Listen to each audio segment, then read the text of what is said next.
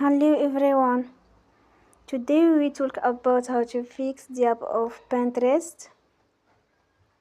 We will go to settings, then we click on apps.